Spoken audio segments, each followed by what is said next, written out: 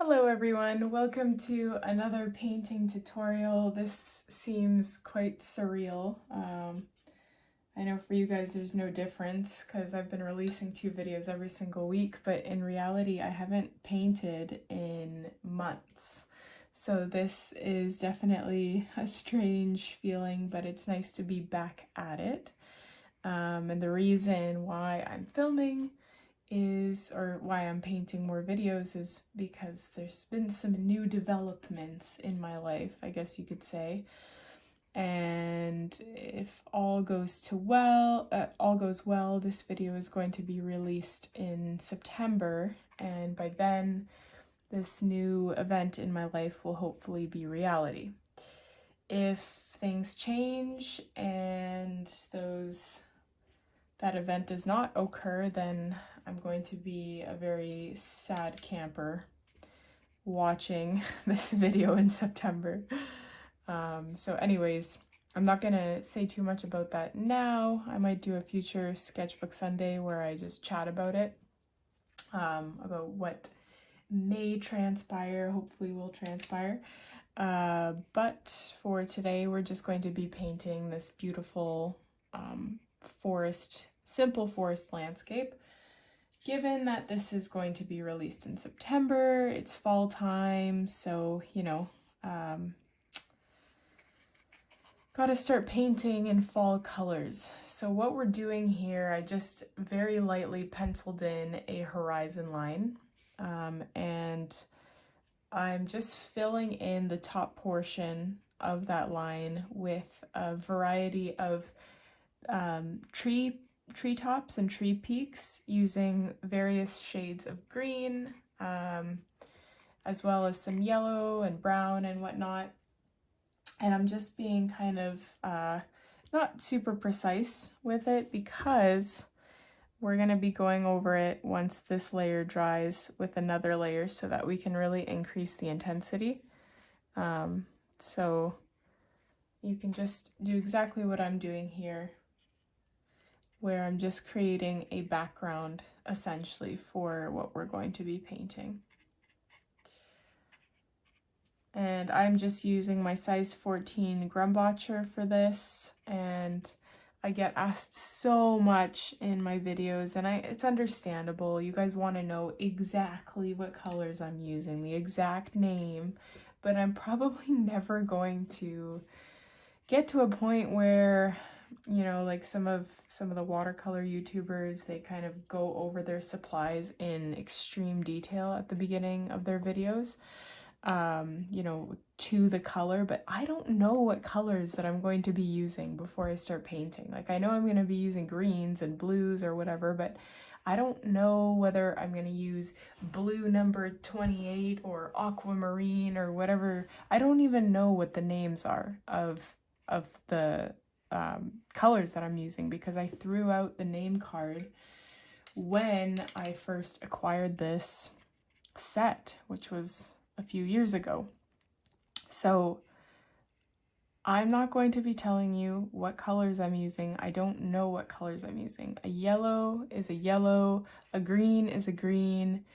It doesn't have to be exactly the same as mine in terms of colors. In fact, I've followed some tutorials in the past where I didn't listen to the colors that they were using, or they just didn't talk about the colors they were using, and I used the shades that I wanted to use, and it actually ended up looking much better, in my opinion, than the original, or I just liked it more. So just practice, try different colors, try different things, and I think it'll make you a much more adaptable and intuitive painter if you're able to just learn without knowing every single detail of every single painting project. And I know a lot of people are not going to appreciate that answer, but that's just me. And if you want to know the exact colors or the names of things, there are plenty of watercolor YouTubers that do go over that And if that's what you need, no hard feelings. But I think you can learn best if you just do it yourself, or like try it out for yourself. Now I'm just rambling because I'm trying to get to the end of this. I'm actually painting this. It is currently July, and I have a day off of work, so I'm using it to paint here. I'm just switching over to this long round size 12 brush by Princeton. I'm not a fan of this brush, which is why I have not linked it in the description of the video, as I do with most of my supplies. But I do occasionally use it when I'm feeling extra adventurous, I suppose. So now what I'm doing is I'm going over the first layer with my Princeton brush. You could totally just use the same brush that you used for the first layer. I just wanted to be spontaneous. And here you're just filling in the individual trees. So it's, you know, in my opinion, I think it's important that you distinguish at least some of the trees from one another, so that there is some sort of cohesion. So it looks like there's separate trees growing rather than just one big blob.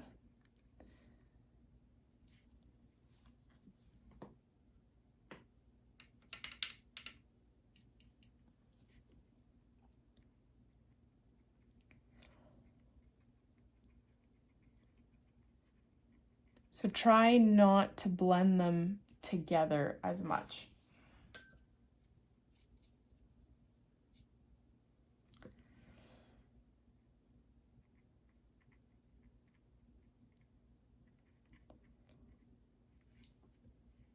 I realize that's a little bit hard to do, but you can try and achieve it by simply not picking up as much water on your brush. And then the paint probably won't mix as readily if you don't have as much water. Like I have a lot of water going on right now, so I'm gonna try to just dab some of that off.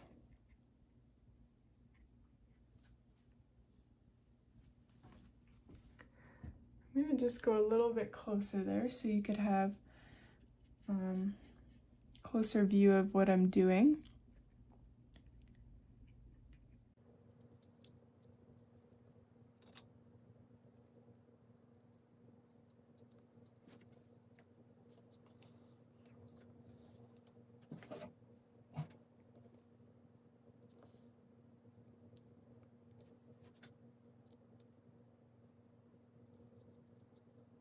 So here I'm just kind of switching.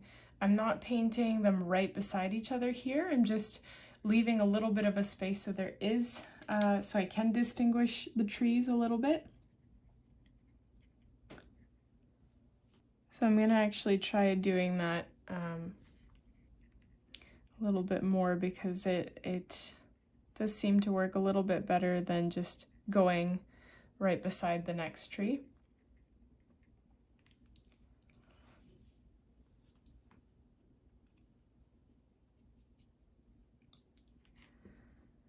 And I am trying to follow this like similar colors to what I used in the base layer so that there isn't this stark contrast.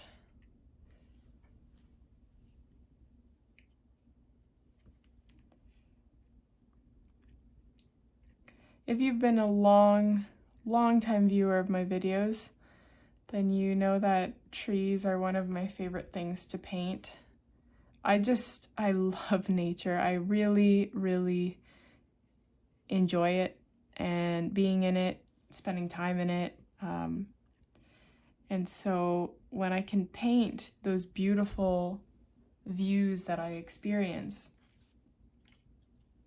it brings me a lot of joy. And by the way, here I'm kind of painting these trees on in blobs almost. So You, of course, don't have to use the blob technique. You can use whatever technique you want. And if you haven't really established a technique, or you're not really sure how to paint pine trees, because these are not realistic pine trees, these are just blobs. So I do have a few videos out that go over the specifics of how to paint pine trees, detailed pine trees, kind of wishy-washy pine trees, and I have a specific video that goes over 4 different ways to paint pine trees. Or here I'm just taking a little bit of black and I'm going in between some of these trees that I've painted that are still wet, and then I can just blend them very slightly together. You can't really see it. There we go. So I went a little bit too intense on this one here. Now that I'm kind of looking at this from above, I do want to extend some of my trees so that they're a little bit taller than the rest of them. I don't want everything to look totally even. And yeah, you're just continuing on doing this, filling in all of the space until you've covered your horizon line.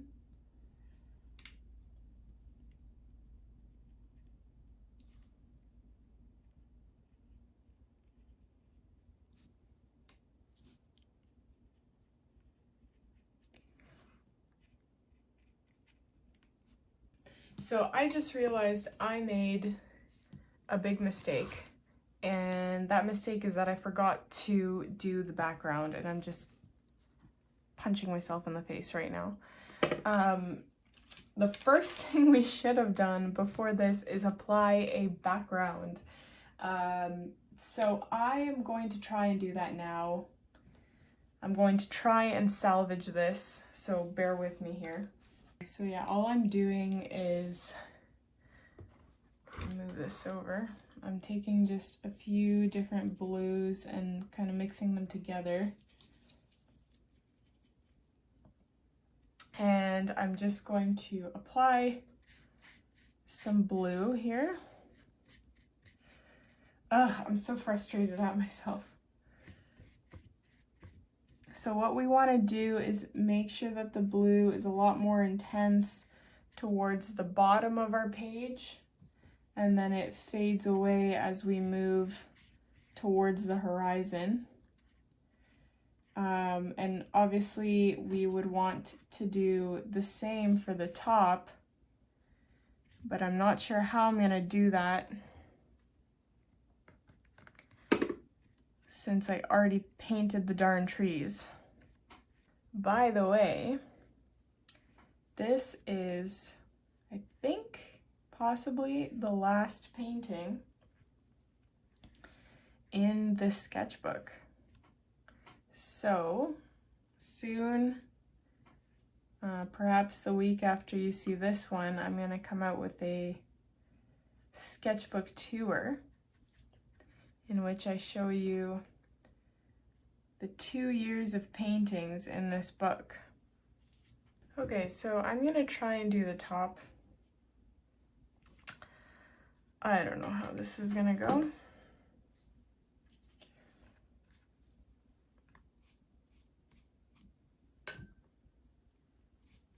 I think I'm just going to make it a lot lighter than the bottom so that I can fade it out sooner.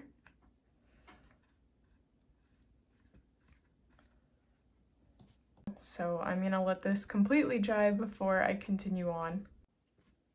Okay, so it looks like it's dry. What we're gonna do now is do the paint the reflection. So I'm just grabbing my Princeton brush again, and I'm going to just slightly move that over so it's a little easier for me. But what we're gonna do is leave a very small gap in between the two between the horizon and the reflection of the horizon. And we are going to later fill that in.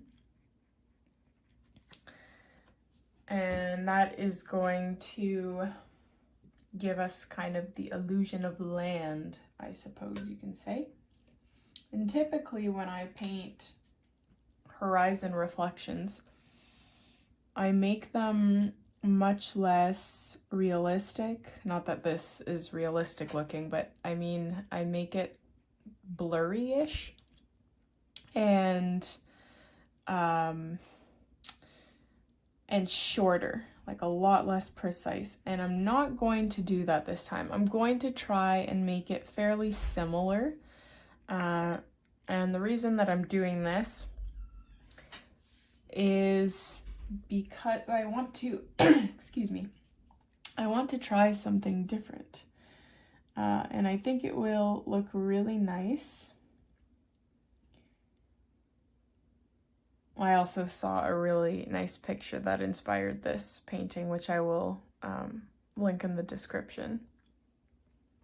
And they also had them like looking exactly the same, so I think it looked really great. And so I'm just gonna replicate it.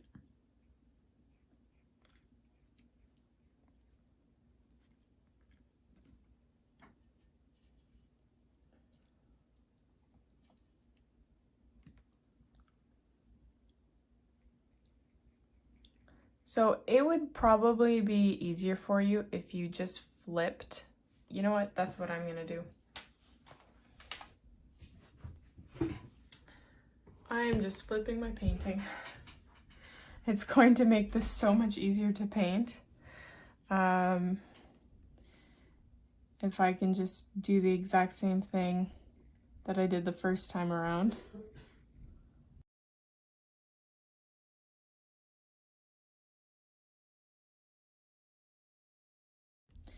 The most annoying thing, I think, is just matching the colors in the reflection.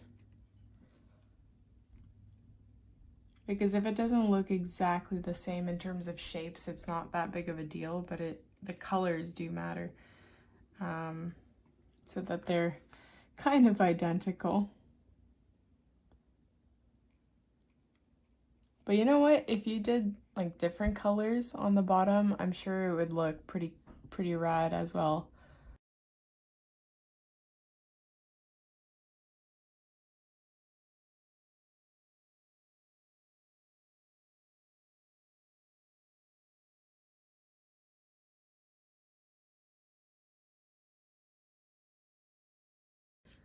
Okay, so I finished painting my horizon reflection, and I'm just going to fill in this horizon line now, and I'm just using kind of a pale yellow, and I'm dragging that yellow all the way across, trying my best not to kind of smudge the tree line.